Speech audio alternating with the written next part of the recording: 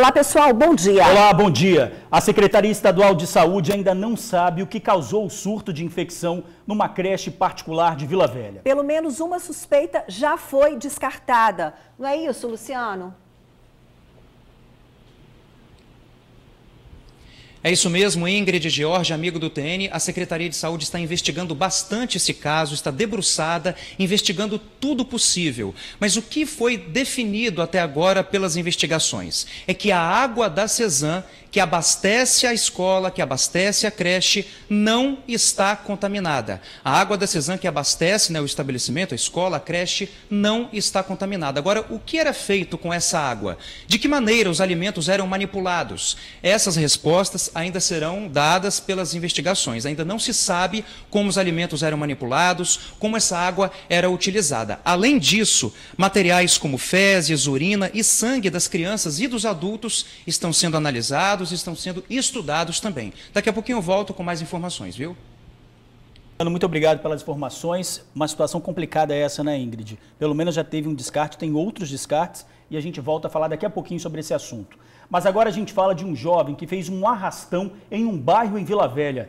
Ele tirou o dia para cometer crimes, tentou roubar celulares, uma moto e uma caminhonete. Pois é, George, mas nada deu certo. No fim das contas, uma vítima reagiu e o bandido, que tinha saído da cadeia há pouco tempo, acabou detido mais uma vez. O detido é o Enderson Rodrigues. Ele foi preso por populares após uma tentativa frustrada de roubar uma caminhonete em Guaranhus, Vila Velha. De acordo com a vítima, que não quis gravar entrevista, ela chegava do mercado e se preparava para estacionar o carro.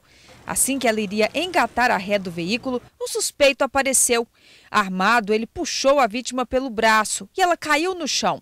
Como o carro é automático, o indivíduo teve dificuldade de sair com o veículo. De acordo com a Polícia Militar, populares que estavam na rua se revoltaram com a ação e detiveram o suspeito. Ainda segundo a polícia, houve disparos de arma de fogo que chegaram a perfurar o veículo, mas não foi possível identificar quem atirou. Antes de tentar roubar o carro, o suspeito tentou levar a moto deste homem que conversava com a mãe na calçada. O indivíduo ele veio atravessando a rua com uma pistola na mão, querendo a chave da minha moto, e eu falei que a chave estava dentro de casa, ele mandou buscar. Como eu demorei dentro de casa, ele ficou gritando no portão que ia atirar.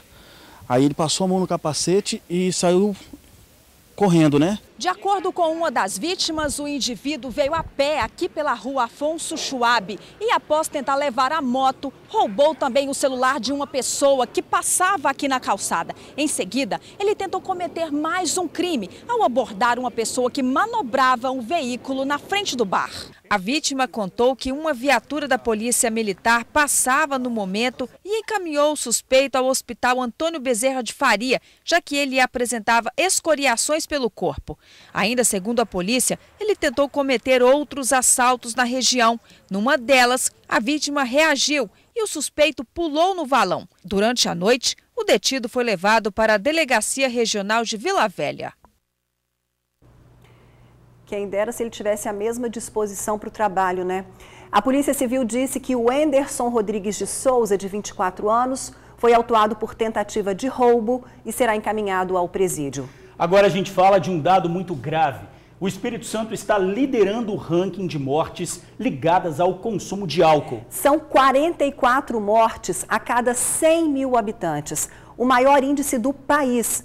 E olha o alerta que a gente faz agora. É um vício que, na maioria das vezes, começa na adolescência.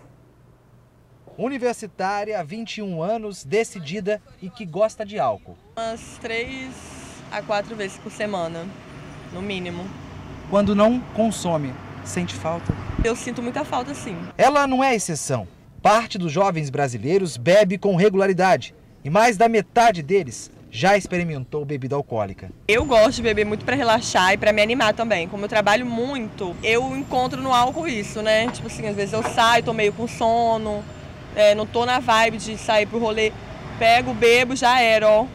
Animadíssima. Quando o consumo do álcool começa cedo e se arrasta, se agrava ao longo da vida, as consequências a gente até não quer enxergar, mas já conhecemos. Saúde comprometida e até mesmo a morte. E uma pesquisa divulgada esta semana legitima esta realidade, tanto que o Espírito Santo ocupa agora um ranking indigesto. É o primeiro estado do Brasil em mortes de pacientes com 55 anos ou mais por conta do uso do álcool. Também não é à toa, o álcool é uma droga democrática, de fácil acesso, como explica este pesquisador especializado em dependência química. É a droga que mais mata no mundo, é o alcoolismo, é o álcool. E o álcool, gente, ninguém chega ao alcoolismo sem começar a beber socialmente. Começou a beber socialmente, todo mundo começa a beber socialmente, depois torna-se alcoólatra, gosta. E o álcool realmente, ele é relaxante, mas depois da manhã, semana que vem, o ano que vem, dependendo do organismo de cada um, cobra e o preço é muito alto. Quanto ao início do consumo, isto é cada vez mais cedo. O mesmo estudo do Centro de Informações da Saúde e Álcool, o CISA, mostrou que mais de 50% dos estudantes capixabas do ensino fundamental, com idades entre 13 e 15 anos, já beberam pelo menos uma vez. O meu maior número de atendimento hoje por alcoolismo é adolescente. Esse carnaval a gente vê muitas fotografias, muitos vídeos de crianças jovens segurando garrafa de cachaça, cerveja, vodka. Parecia uma coisa normal. Não é normal. A jovem universitária tem consciência dos riscos em que está exposta, assim como muitos de nós. Tenho 21 anos, então é uma coisa que eu tenho pensado muito, assim, às vezes eu falo, nossa, que vontade de beber quando eu não estou consumindo, né? E eu tenho muito medo, porque assim, eu acho que esses vícios começam nessas válvulas de escape, né? Tipo assim, eu vou beber para desestressar, eu vou beber porque eu estou trabalhando muito, vou fazer isso, vou fazer aquilo. Para comemorar, porque tá triste, porque tá feliz. Quando começa assim, pequenas doses ou como desculpas, pode acabar virando uma dependência sim. Olha, Jorge, eu tenho certeza que muitos pais se identificaram nessa reportagem. Eu, por exemplo, tenho 2 jovens em casa, tenho 2 filhos jovens em casa, acompanho as festas e eu nunca vi tanto consumo de bebida alcoólica. Isso que esse especialista falou é gravíssimo mesmo. No carnaval a gente viu muito mesmo, a gente vê constantemente nas festas e deixou tudo muito claro aí, né? Normalmente ninguém vira alcoólatra da noite para o dia. Tudo começa com a bebida socialmente. Agora, por um lado também a gente vê aí que muitos pais logo cedo bebem na frente das crianças. Em algumas vezes a criança está ali, o pai não está olhando e essa criança pega aquele copo, aquele restinho de bebida e põe na boca. Então, quer dizer, os pais, depois que o filho cresce, vira adolescente, reclamam muito que ele está bebendo, mas não enxerga essa parte da infância. Então é preciso também ficar atento a isso daí, não é? Na roda de amigos a criança está ali do lado. Então, muitos até oferecem, mas vamos acreditar que fica ali, a criança vai por curiosidade e bebe, repete aquela imagem que vê o pai ou a mãe fazendo. Pois é, o especialista não disse, mas assim, o álcool muitas vezes é a porta de entrada também para outras drogas, pois né? É. Tudo começa aí com a bebedinha socialmente, uma festinha social e parte para o pior também. E olha só, uma pesquisa feita pelo Grupo Alcoólicos Anônimos no ano passado traçou um perfil das pessoas que procuraram atendimento. Mais da metade começaram a beber entre 13 e 17 anos. Quase 90% são homens. No último levantamento feito aqui no estado, foram registradas mais de 1.700 mortes. É muito grave. A ajuda começa entre os amigos, na família e nos grupos de Alcoólicos Anônimos, o AA. Para saber onde tem um pertinho de você, basta entrar no site aa.org.br. Olha, o assunto agora é a prisão de um grupo de bandidos cruéis, que na tentativa de exterminar os rivais do tráfico, acabaram matando pessoas inocentes. De acordo com a Polícia Civil, o homem preso é Gleidson Tiago Alves de Souza, conhecido como Pacaia, de 23 anos. Ele foi detido em casa, no bairro Jardim Azteca, Vila Velha, após investigação realizada pela Delegacia de Homicídios e Proteção à Pessoa do município. Segundo a polícia, o detido é suspeito de gerenciar o tráfico de drogas em Jabaeté e São Francisco, em Cariacica. Ele é o último suspeito de envolvimento num duplo assassinato ocorrido na Ponta da Fruta. Nós já vimos investigando e monitorando esse indivíduo que estava levando uma vida de luxo, de classe média alta, com uma casa em Jardim Azteca, ostentando um veículo de luxo também, uma Mitsubishi ALX, no valor mais ou menos de R$100 mil. Nós, da equipe da DHPP Vila Velha, fizemos o cerco tático e prendemos esse indivíduo. Estas imagens mostram que os criminosos planejaram todo o crime. De madrugada o bagulho vai empenar.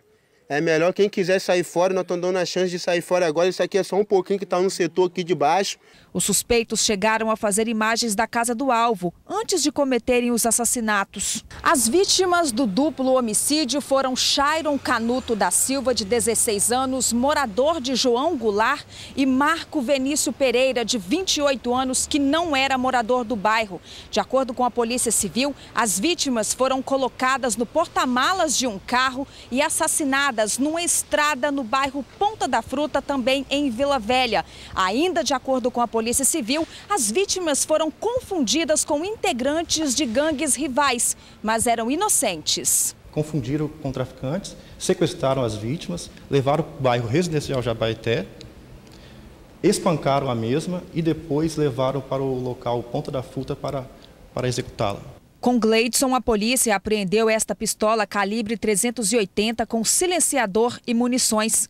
Esta que aparece neste vídeo feito por criminosos pode ter sido usada no crime. Flávio de Castro Medeiros, o Emerson Simões de Oliveira, Jonatas Batista de Souza e Rodrigo Rocha Marques também foram presos por participação no duplo assassinato. 4 deles participaram efetivamente da morte, executaram, e o outro seria o mandante. Ele teria organizado todo o complô criminoso, só que quando eles estavam voltando com a vítima no porta-mala, eles acabaram se encontrando com outra pessoa que não morava no bairro, sequer era da região, que estava indo apenas visitar uma amiga naquela região. E sequestraram ele também e o mataram. Os suspeitos já estão no presídio. Agora vamos de um assunto que a gente adora falar: superação. A Valquíria, mais conhecida como Tia Val, trabalhou como manicure para pagar a faculdade. E depois de todas as dificuldades, ela venceu. Hoje, Ingrid, além de ser professora, ela é dona de uma creche em Vila Velha. Vamos ver. A emoção no rosto desta pedagoga é reflexo do trabalho de uma vida inteira. As mãos que antes cuidavam de unhas, hoje ainda cuidam, mas agora da educação de crianças.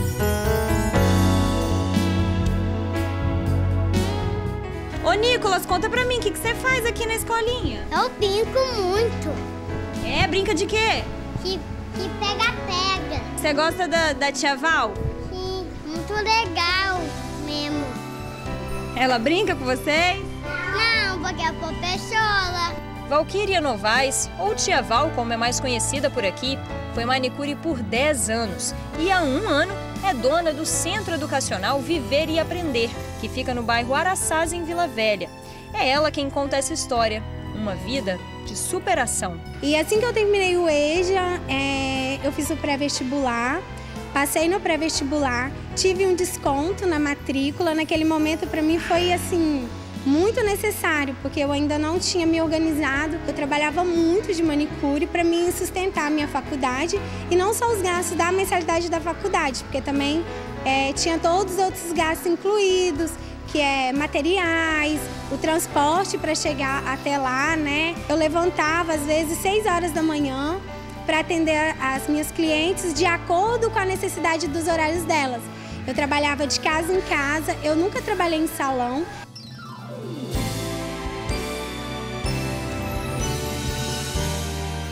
A escola atende 48 crianças a partir de 5 meses até 5 anos de idade. Conta com 3 salas, um berçário, refeitório, área de lazer. Um sonho de criança que se tornou realidade com muita dedicação. Até chegar o dia em que vestiu essa beca, a pedagoga passou por muitos percalços. Eu vejo que hoje em dia que não foram dificuldades. Eu vejo que foram degraus para mim e para me estar sustentando. Ou melhor, são colunas, porque eu só sou o que eu sou hoje porque eu tive o sustento. Com o dinheiro que ganhava com as unhas, Valquíria pagou o curso de pedagogia que fez nesta universidade em Vila Velha. Já no início do curso, ela se destacou em sala de aula. Valquíria é uma das alunas, dentre outras, que apresenta um diferencial bem interessante no sentido do esforço de superar uma defasagem no processo de aprendizagem da educação básica e se lançar, né, ao campo da educação, tentando também fazer um ajuste na formação inicial dela. Para a coordenadora do curso, a história de Valquíria é mais um exemplo de que a educação é um importante pilar no caminho para o sucesso.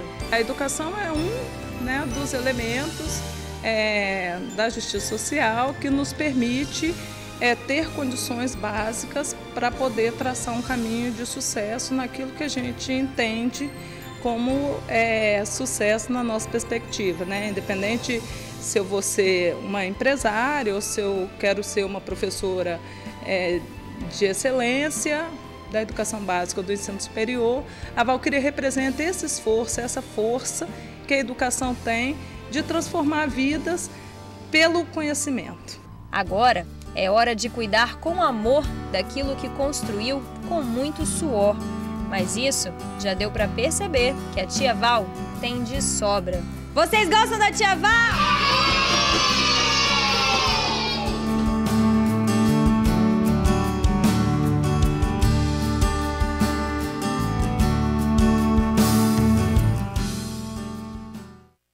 Ah, fala sério. Como não gostar da tia Val, gente? A educação que muda a vida de todo mundo, né? É o único meio que faz você realmente crescer e depois mudar a família, trazer aquela família que estava numa situação tão difícil e crescer aquilo ali. Só educação. E com o próprio exemplo, coisa linda, viu, tia Val?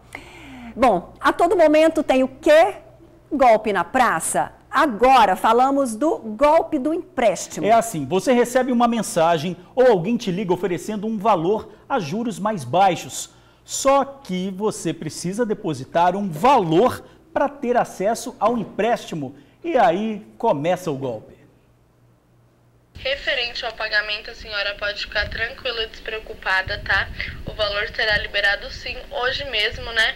Em prazo de 45 minutos. A voz da mulher que diz representar um banco passa confiança. O número do telefone é de São Paulo. A conversa por um aplicativo de mensagens envolveu a Juliana e foi difícil desconfiar de qualquer coisa. A pessoa falava perfeitamente bem, todo momento falava o meu nome, senhora Juliana, falando que era de uma empresa confiante. As condições facilitadas para pegar um empréstimo no valor de R$5.000 atraíram a operadora de caixa de 28 anos. Sem desconfiar que estava sendo vítima de um golpe, Juliana fornece dados pessoais e segue todas as orientações de quem está do outro lado da tela. Foto de RG, CPF, cartão do banco.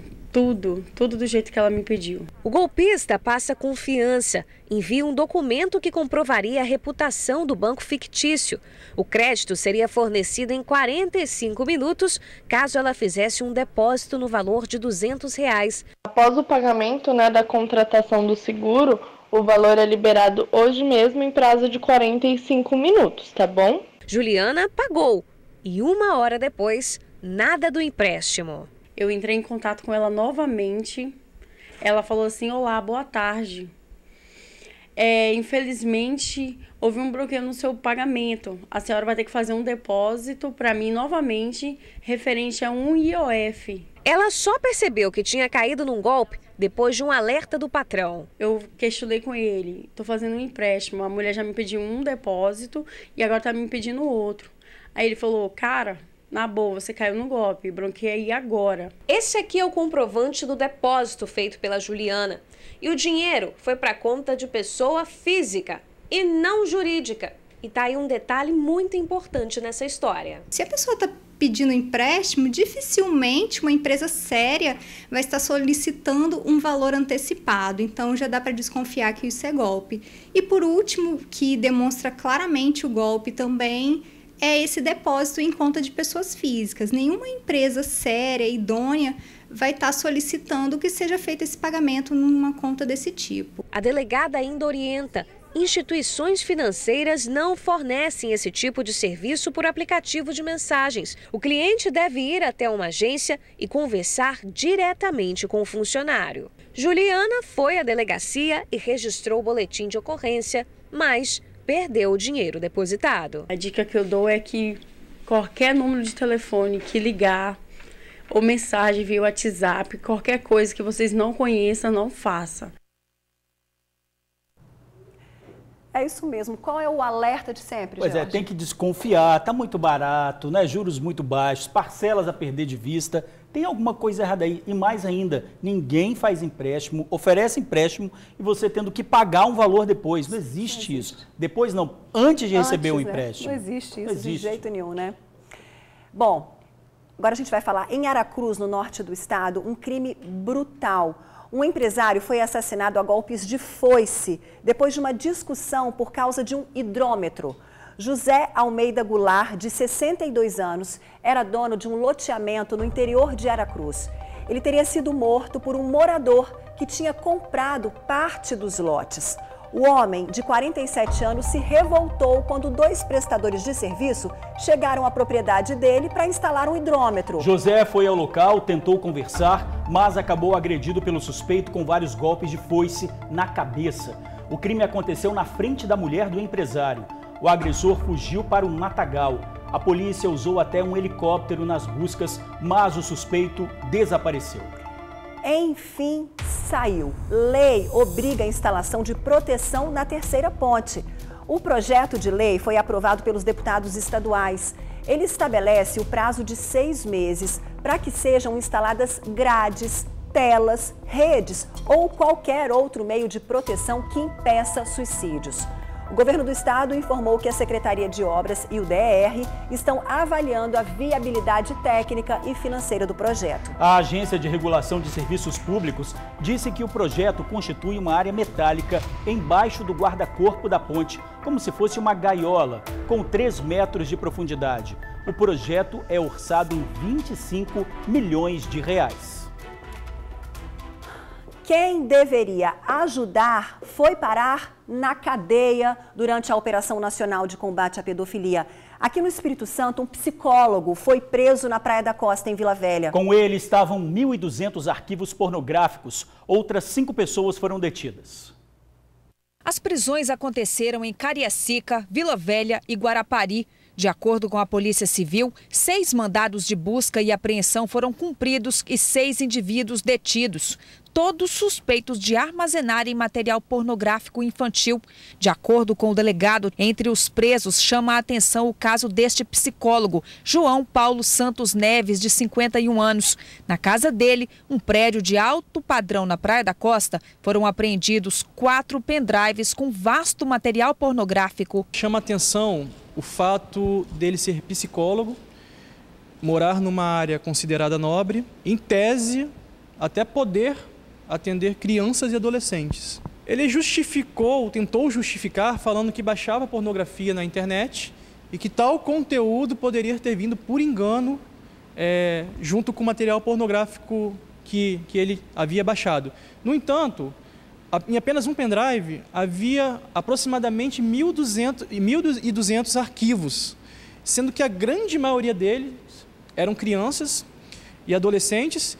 Inclusive, alguns desses arquivos havia numeração do ano, que em tese essas crianças teriam nascido. Outro detido já vinha sendo investigado pela Delegacia de Proteção à Criança e ao Adolescente. O preso é um encarregado que mora em Vila Velha. Ele está preso por uma prisão temporária. Até o final das investigações, ele vai ficar detido. Esta é a 4ª fase da Operação Luz da Infância, que acontece em todo o país. No Espírito Santo, 6 pessoas já foram presas e 2 identificadas nas 3 fases anteriores. Os detidos e encaminhados às delegacias na operação de hoje tiveram direito ao pagamento de fiança e podem responder em liberdade. O delegado de polícia fixa a fiança de acordo com a sua condição econômica. Ele pagando, ele cauciona a sua liberdade, né? As investigações continuam. E o que vai acontecer é que quando dá sentença, aí sim, né, ele vai ser sentenciado, ele começará então a cumprir a sua pena. O psicólogo pagou fiança de R$10 mil e vai responder pelo crime em liberdade. O autônomo Felipe Rodrigues e o encarregado também pagaram fiança e foram soltos. Os outros 2 detidos foram encaminhados para o presídio em Viana. Essas situações são tão estranhas para a gente, né? Eles são presos numa mega operação, pagam fiança, Um caso gravíssimo que tem sido discutido a todo momento, pedofilia, e são, pelo pagamento de fiança, pelas leis, são liberados. Pois é, você falou tudo, leis. Se não mudar, a gente vai continuar tendo essa decepção. E se fosse só decepção, estava bom, mas você vê que tem vítimas que são crianças também. Então, quer dizer, é preciso realmente fazer alguma coisa rápido. Bom, gente, nós voltamos a falar do surto de diarreia numa creche em Vila Velha. Agora há pouco, a Secretaria Estadual de Saúde apresentou o resultado parcial dos exames. Mas a principal pergunta não foi respondida. O que causou a contaminação? Bom, pelo menos algumas suspeitas já foram descartadas. Uma delas é que não foi a água da Cezan o agente contaminador. Subiu para 10 o número de crianças atingidas pelo surto de diarreia em Vila Velha. 4 delas continuam internadas em hospitais da Grande Vitória. Outras 4 professoras e funcionárias da creche localizada na Praia da Costa também apresentaram os sintomas. Apesar dos números, a Secretaria de Estado de Saúde ressalta que se trata de um surto pontual e não de uma epidemia. O resultado parcial das amostras de água colhidas pela Vigilância Sanitária na creche e no quiosque descarta a hipótese de contaminação da água da Cezan. Nós temos 3 amostras oriundas da creche e uma do quiosque, ambas de água fornecida pela Cezan, todas elas negativas para coliformes fecais totais e para Escherichia coli. Isso significa que a água fornecida pela Cezan, nas amostras coletadas, está isenta de qualquer contaminação e segura para consumo. A Secretaria de Estado de Saúde também descartou a hipótese de rotavírus e, de acordo com o resultado parcial das amostragens de alimentos, também não existe a possibilidade de infecção por botulismo. Com o aumento do número de casos, até que saia o resultado final dos exames, permanece a orientação de suspensão das aulas na creche e também de não abertura do quiosque em que algumas das crianças estiveram. Profissionais da saúde da Grande Vitória também estão sendo orientados a investigar com mais cautela os casos de gastroenterite. Um dos quadros clínicos que foi apresentado como uma complicação da gastroenterite caracteriza o que a gente chama de uma síndrome hemolítica urêmica, em que o paciente apresenta hemólise, que é a perda, a quebra, a morte de células do sangue, e evolui com um quadro que a gente chama de insuficiência renal, em que o sistema urinário, o rim, deixa de filtrar o sangue, e isso pode se configurar um quadro muito grave e que deve ser agudamente revertido, que pode, em alguns casos, evoluir com óbito. O repórter Luciano Rosetti tem outras informações ao vivo para a gente. Boa tarde, Luciano, é com você. Boa tarde, George. Boa tarde, Ingrid. Boa tarde, amigo do TN. Bom, é sempre bom a gente repetir essa informação, né? Que a água da Cezan, que abastece a creche, não está contaminada. É bom a gente sempre lembrar disso. A água da Cezan, que abastece a creche, não está contaminada. É o que diz, né, o relatório parcial das investigações da Secretaria de Saúde. Agora, de que maneira essa água era utilizada pelos funcionários da escola? De que forma, né, os alimentos eram manipulados? Tudo isso está sendo investigado. Além disso, materiais como fezes, urina e sangue das crianças e adultos, né, que estão contaminados, tudo isso está sendo analisado. A repórter Carol Fernandes, ela visitou um laboratório e mostra como funciona mais ou menos esse processo de exames laboratoriais. Vamos ver. As amostras são retiradas de lugares estratégicos onde as bactérias possivelmente conseguiram se proliferar. Em seguida, elas são levadas para análise. No laboratório, o material é lançado em lâminas, uma espécie de aquário propício para a reprodução das bactérias. Em seguida, esse material é posto em uma estufa. Neste caso específico, foram recolhidas amostras na creche, no quiosque em que 2 das crianças estiveram e nas fezes dos pacientes. A vigilância ela já tem um esquema pré-determinado onde ela vai em cima das possibilidades principais. Então, dentro de uma escola, por exemplo, que ela vai procurar, vai ser o bico de um bebedouro para ver se a água está contaminada, a parte da cozinha, onde esses alimentos são preparados. Esse material, a partir do momento que ele é coletado, ele é acondicionado de uma forma que não vai haver alteração da temperatura para conservar ele o máximo possível até chegar no laboratório. No ser humano, numa criança, já é feita a coleta até das próprias fezes. Com todo o material recolhido já em laboratório, não existe outra alternativa a não ser esperar para ver o que acontece. Tarefa difícil para as famílias que aguardam o resultado apreensivas, também para a população. Esse tipo de exame leva em média 7 dias para chegar à fase de conclusão.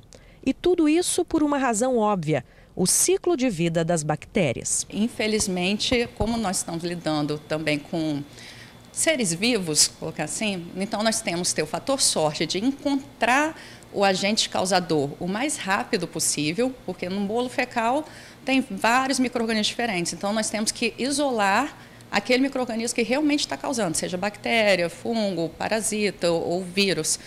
Então, contando com a sorte que num primeiro momento a gente já encontre, por exemplo, essa bactéria, dali a 3 a 4 dias que a gente vai conseguir fechar esse diagnóstico, pelo menos, porque nós precisamos de esperar um tempo de geração, que é o tempo que a bactéria começa a se multiplicar, e aí nós conseguimos poder fazer os testes bioquímicos e fechar esse diagnóstico.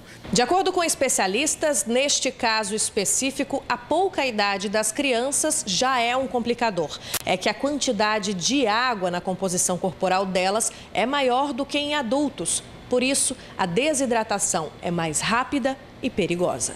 As bactérias, quando se instalam, produzem toxinas e ativam processos de diarreia, perda excessiva de água. Crianças não têm geralmente uma reserva muito grande de água, praticamente também 80% da constituição do corpo é água. Então, processos de desidratação levam a consequências muito graves em pouco tempo.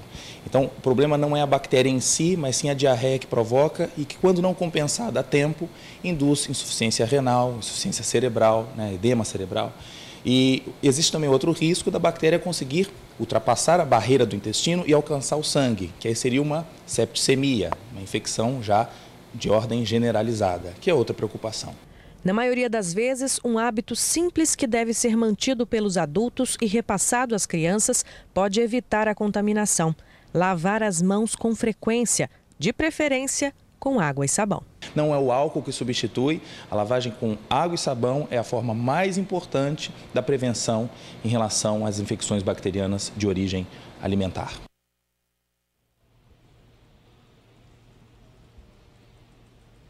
Muito bem, dicas super importantes, não é isso? A gente está aqui agora com o Romildo Andrade, ele é gerente de Vigilância em Saúde da Secretaria de Saúde, a CESA, né? E vai falar para a gente mais detalhes a respeito das investigações. Doutor Romildo, é como se fosse um quebra-cabeças, né, que a Secretaria de Saúde está montando até que se tenha o quadro completo, não é isso? Boa tarde.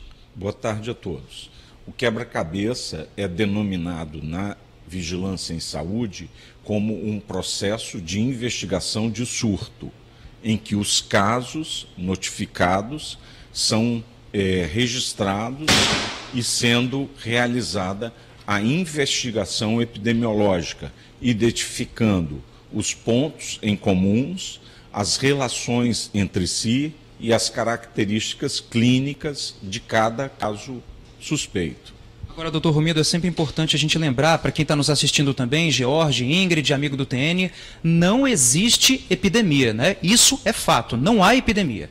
Então, nós estamos diante de um processo de investigação de surto. O surto epidêmico, ele é compreendido como um incidente em que você apresenta, identifica um ou mais casos de uma doença ou de um agravo que possam ter uma relação entre si e com uma fonte em comum.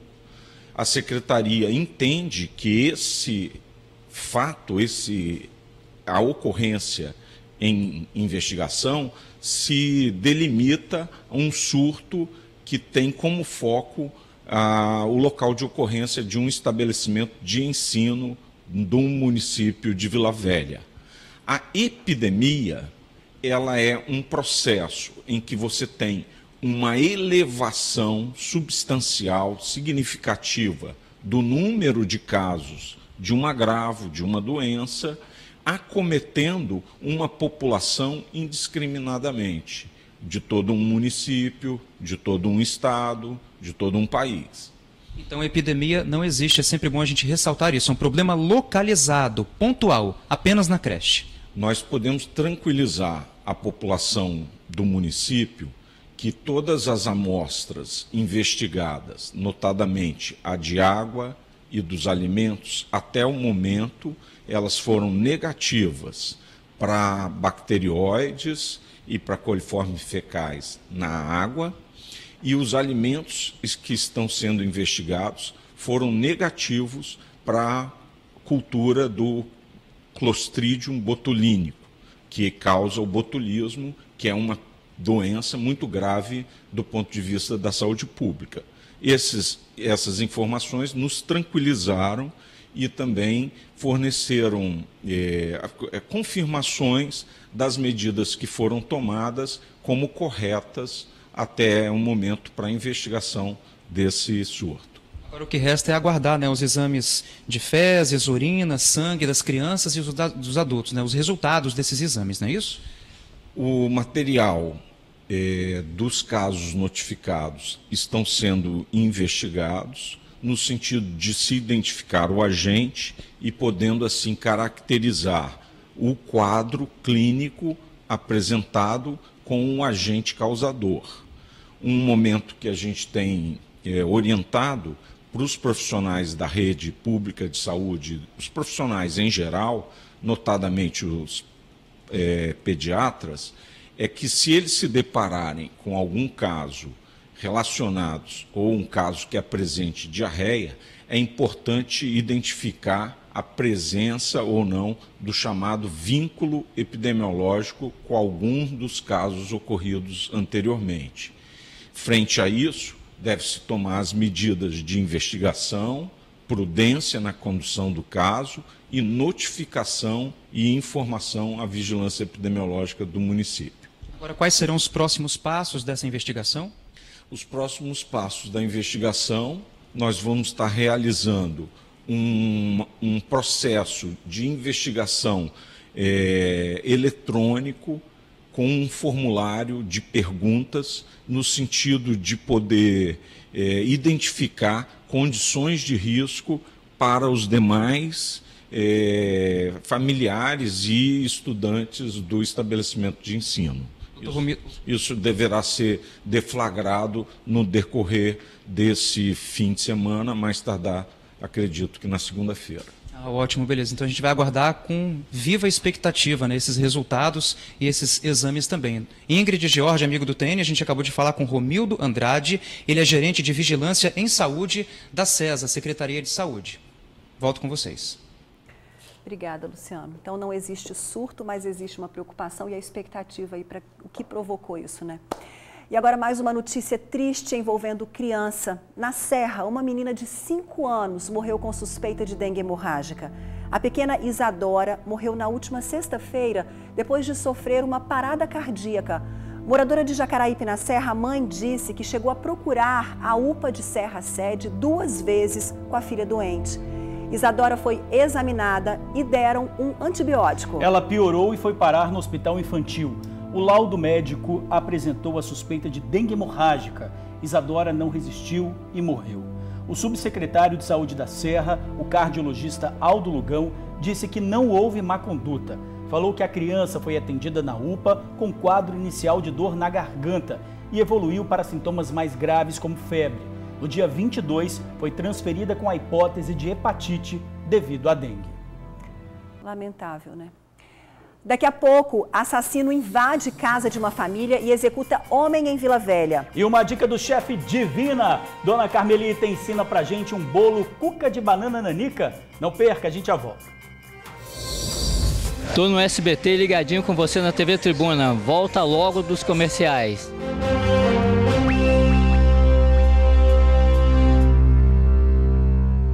Em Vila Velha, um homem foi executado na frente da mulher, dos filhos e do enteado. O crime aconteceu dentro do quintal da casa da família.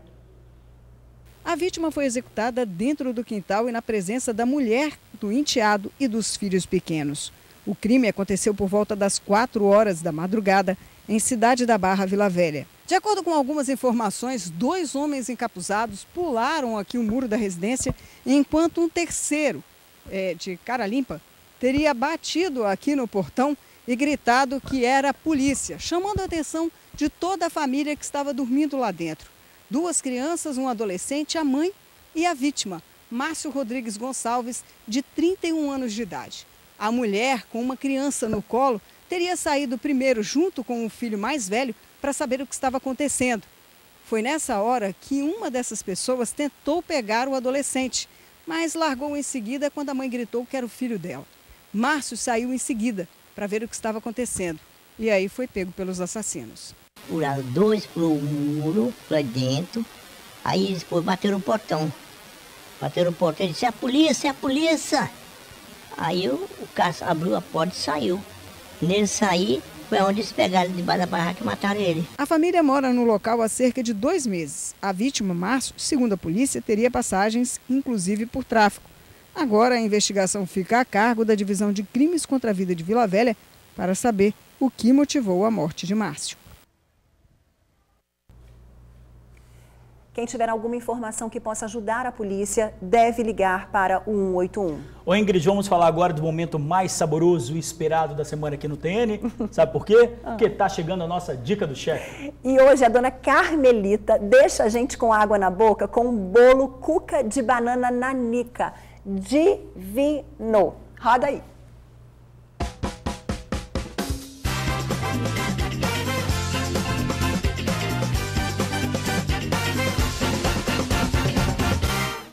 Eu sei que é a hora do almoço, mas não dá pra recusar um café. Café coado no saco, Carmelita? É no saco, coador de pano. É outra coisa, né? É outra... Do que no papel. É melhor, 1000 vezes. Aí você vai estar se perguntando por que o Chicarinho tá falando de café? Porque hoje nós vamos falar de algo que acompanha o café, que é o bolo. É o bolo cuca de banana. Cuca de banana? Vamos colocar a mão literalmente e diretamente na massa? Na massa. Vamos lá? Vamos então aprender a fazer esse bolo cuca de banana com os seguintes ingredientes.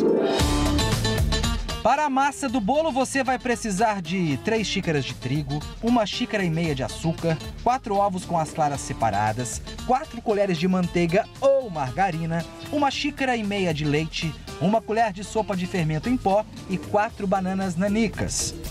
No que diz respeito aos ingredientes, tem um que me chamou a atenção aqui. Isso aqui é farofa, Carmelita? Farofa. Farofa no bolo de banana? É. Farofa no bolo de banana. É isso?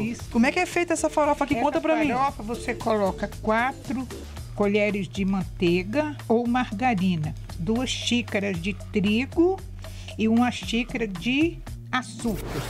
E vai mexendo bem, depois você pode mexer com a mão para ela tem que ficar essa farofinha ficou parecendo uma paçoca de ficou, lembrei de paçoca mesmo. E também você vai depois, que eu já coloquei, a canela em pó. Então vamos continuar aprendendo aqui a fazer esse bolo de cuca de banana. Primeiro bata as claras em neve. Depois insira a margarina ou a manteiga e o açúcar, além das gemas. Bata mais. Em seguida é a vez do trigo e do leite. Por último, não com a batedeira, misture a massa com as claras em neve e o fermento em pó. Com a forma untada, coloque a metade da massa do bolo, as bananas cortadas em tiras e a farofa. Feito isso, coloque a outra metade da massa e mais um pouco de farofa. Bora assar? O tempo de forno é de aproximadamente 40 minutos.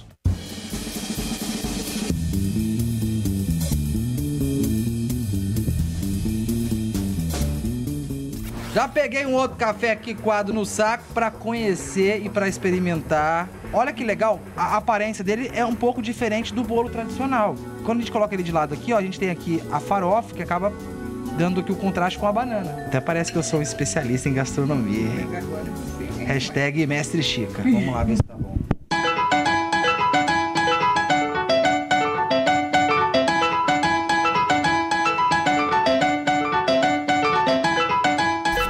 Então, Ingrid e George, missão dada, missão cumprida. Carmelita, nossa capitã da cozinha, fez mais uma iguaria deliciosa pra gente. E com as imagens do bolo cuca de banana, a gente termina a dica do chefe dessa sexta-feira.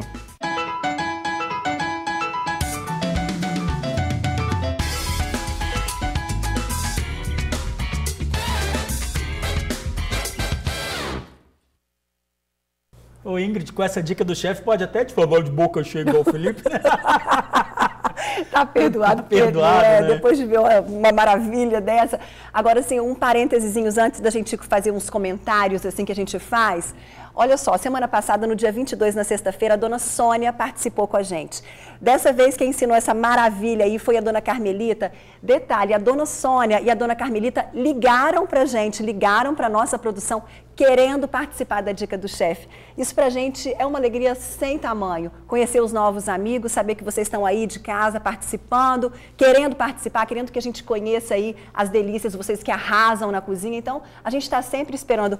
Muito obrigada pelo carinho de vocês. E que bolo maravilhoso, viu, dona Carmelita? Deixou todo mundo aqui com água na boca, mandou para nossa redação. Mandou, experimentei, uma delícia. Não precisa ficar com vergonha, faz a receita que você faz aí na sua casa, para os seus netos, para os seus filhos, para você mesmo. Compartilha aqui com a gente. É isso aí, para conhecer mais delícias de dona Carmelita, que arrasa, basta acessar o Facebook Carmelita P da Luz.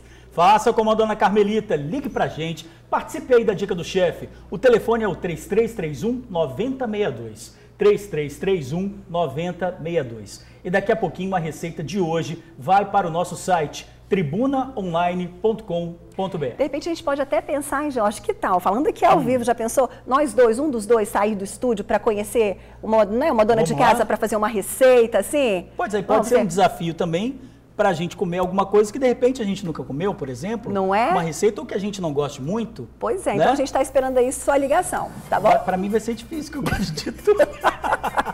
E a seguir, como garantir a gargalhada do fim de semana, nós vamos te contar como ganhar ingresso para o show de Tom Cavalcante. Amiga do TN, e você? Ingrid e o Jorge volta já.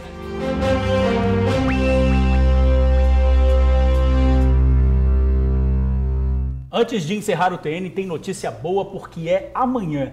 Diversão e gargalhadas garantidas. Você já está participando aí do nosso sorteio, hein? Nós vamos sortear ingressos para o show de Tom Cavalcante, que acontece amanhã na área de eventos do Shopping Vila Velha. Serão 4 ingressos. É claro que não dá para perder, né? Tão bom rir, né? Fala sério.